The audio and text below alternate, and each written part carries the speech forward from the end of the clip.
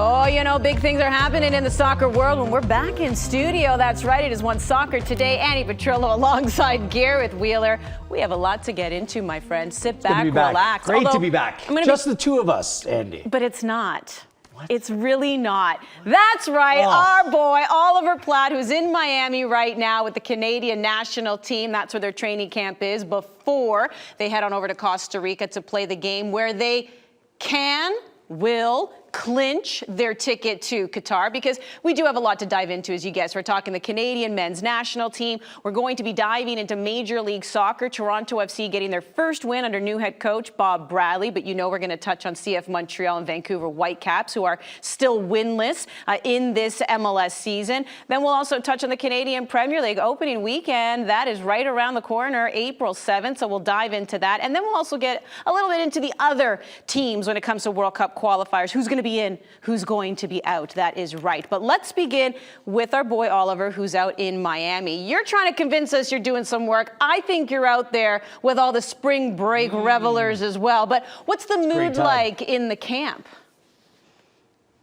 Well, to be honest, I wish I was out with them. Instead, I'm sat in a dark room with you guys. So I don't know how that is for good luck. But the weather's beautiful. The mood in the camp is good, right? Players have been kind of arriving over the past 24 hours or so. There's some pretty grueling travel schedules. Atiba Hutchinson and Sam Adekugbe, it's like a 12-hour trip from Turkey, right? So there's some tired faces at the minute, I think. But everyone's arriving now. They'll get in and train for the first time as a full group tonight.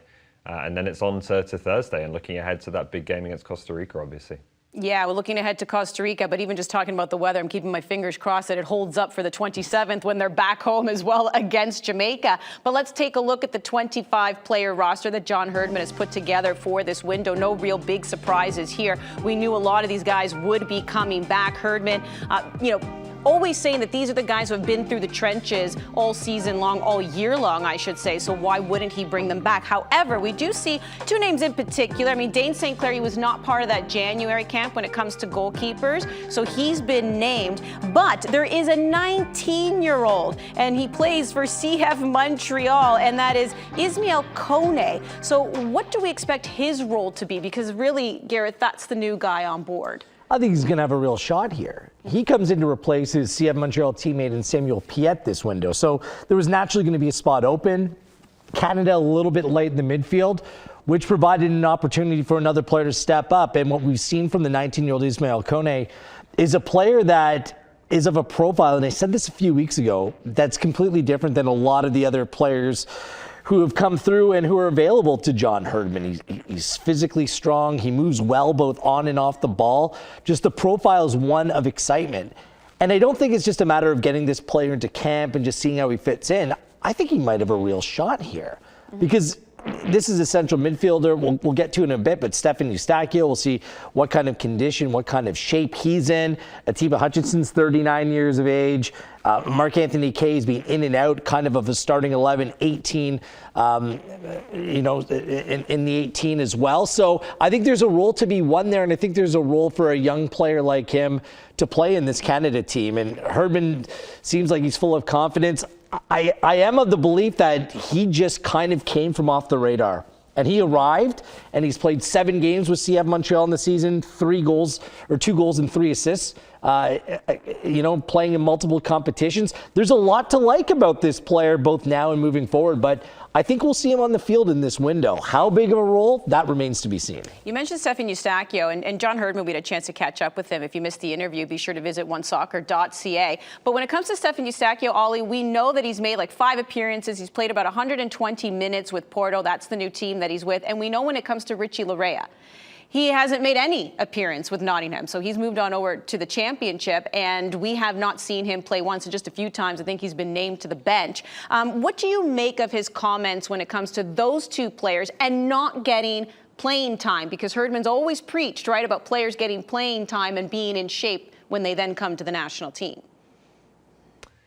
Yeah, I think there's a bit of a difference with players that are as proven in their importance to the squad as Larea and Eustachio are. I think if you're trying to break into the Canada team or the roster as a whole, obviously you need to be getting those first team minutes, showing what you can do, that you're in form week in, week out. I think with Eustachio and Larea, there's a level of trust there that those two are, clearly quality players. They know the system. They know John Herdman's thinking inside out. They're two very naturally fit players who tend to cover a lot of minutes for Canada when they're fully in form with their clubs. So I don't think that will change too much. I think they'll still lean on both of them fairly heavily.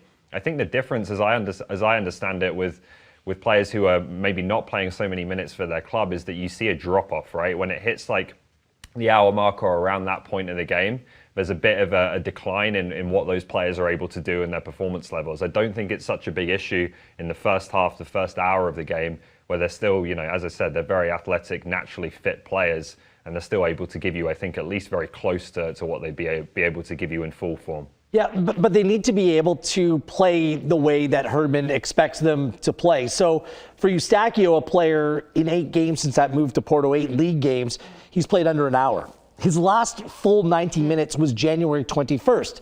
So is he able to go and press and play at the tempo and pace over 90 minutes that Herdman wants him to?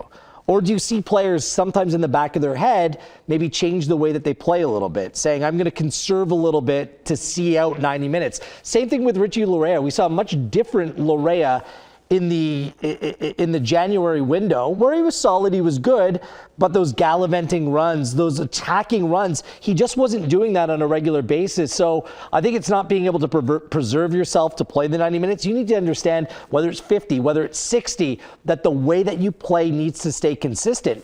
And for Laryea specifically, if I'm him, I'm looking over my shoulder a little bit, because those wingback positions are the position of the greatest depth for this Canadian men's national team. So I think that he has a little bit more something to prove than Eustachio at this point, that he is fit enough to stay in the team and play that significant role this window. Yeah, the last time we saw Richie Laryea play was February 2nd with the Canadian men's national team, so you can't imagine the player is happy. Beyond that, Andy, like his last competitive football, Canadian Championship last November. In terms of club football, playing 90 minutes. That's a long time off. Yeah.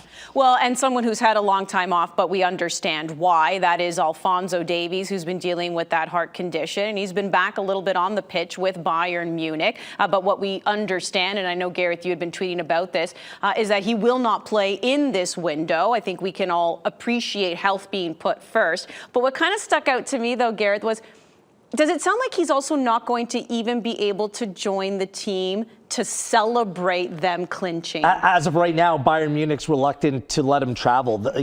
Look, it's very sensitive here. Like, such a young player, big part of Bayern Munich's plans.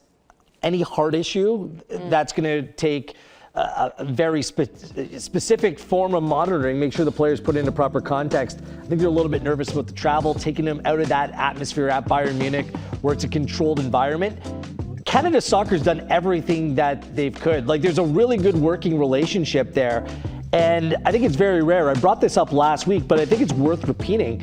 They offered Bayern Munich the opportunity to send a trainer or trainers over to the Canadian men's national team camp with Alphonso Davies, so he can continue to train with the team, potentially work up to playing some minutes this window. That's been rejected.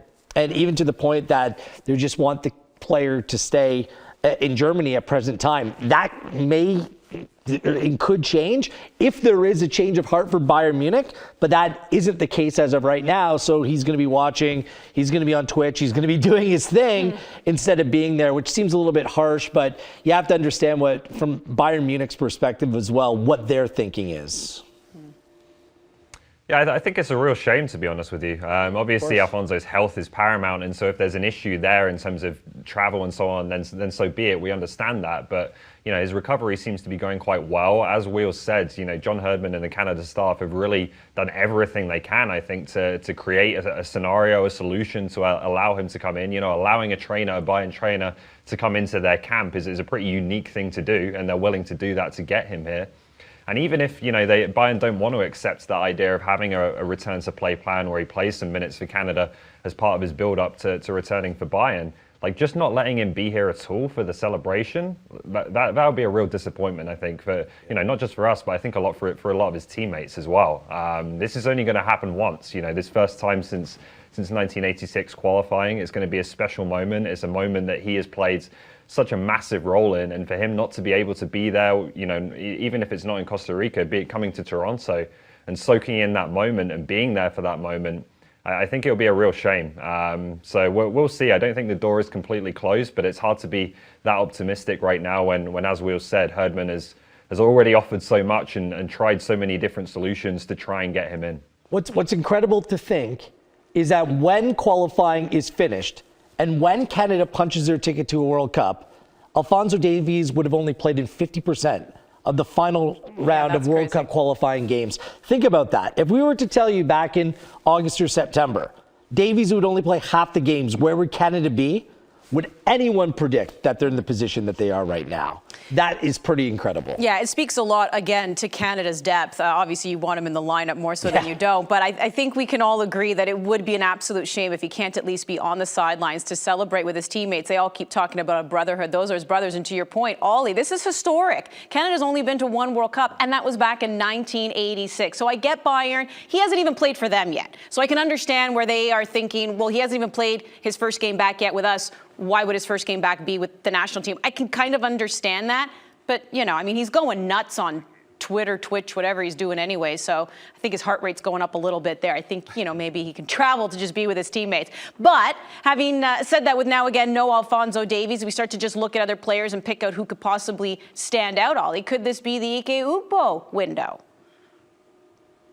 I think definitely more so than it's been in the past. I don't know if I'd have him necessarily playing a huge role in this window. I still think that's going to be down to Jonathan David and Kyle Larin to lead the line, take the bulk of the minutes, and obviously take on the most responsibility in terms of scoring goals for Canada. But I do think with Ugbo, I'd be surprised if we don't at least see him in more extended substitute appearances. Maybe there's a start in there for him, we'll see. But it will definitely, I think, grow on what we've seen in past windows. And, you know, part of that is a circumstance of Davies not being there. Part of that is, okay, maybe if they can get qualification done in the first or second game, obviously they still have massive objectives, but maybe there's a bit more room at that point compared to the January window to give a start to a different player.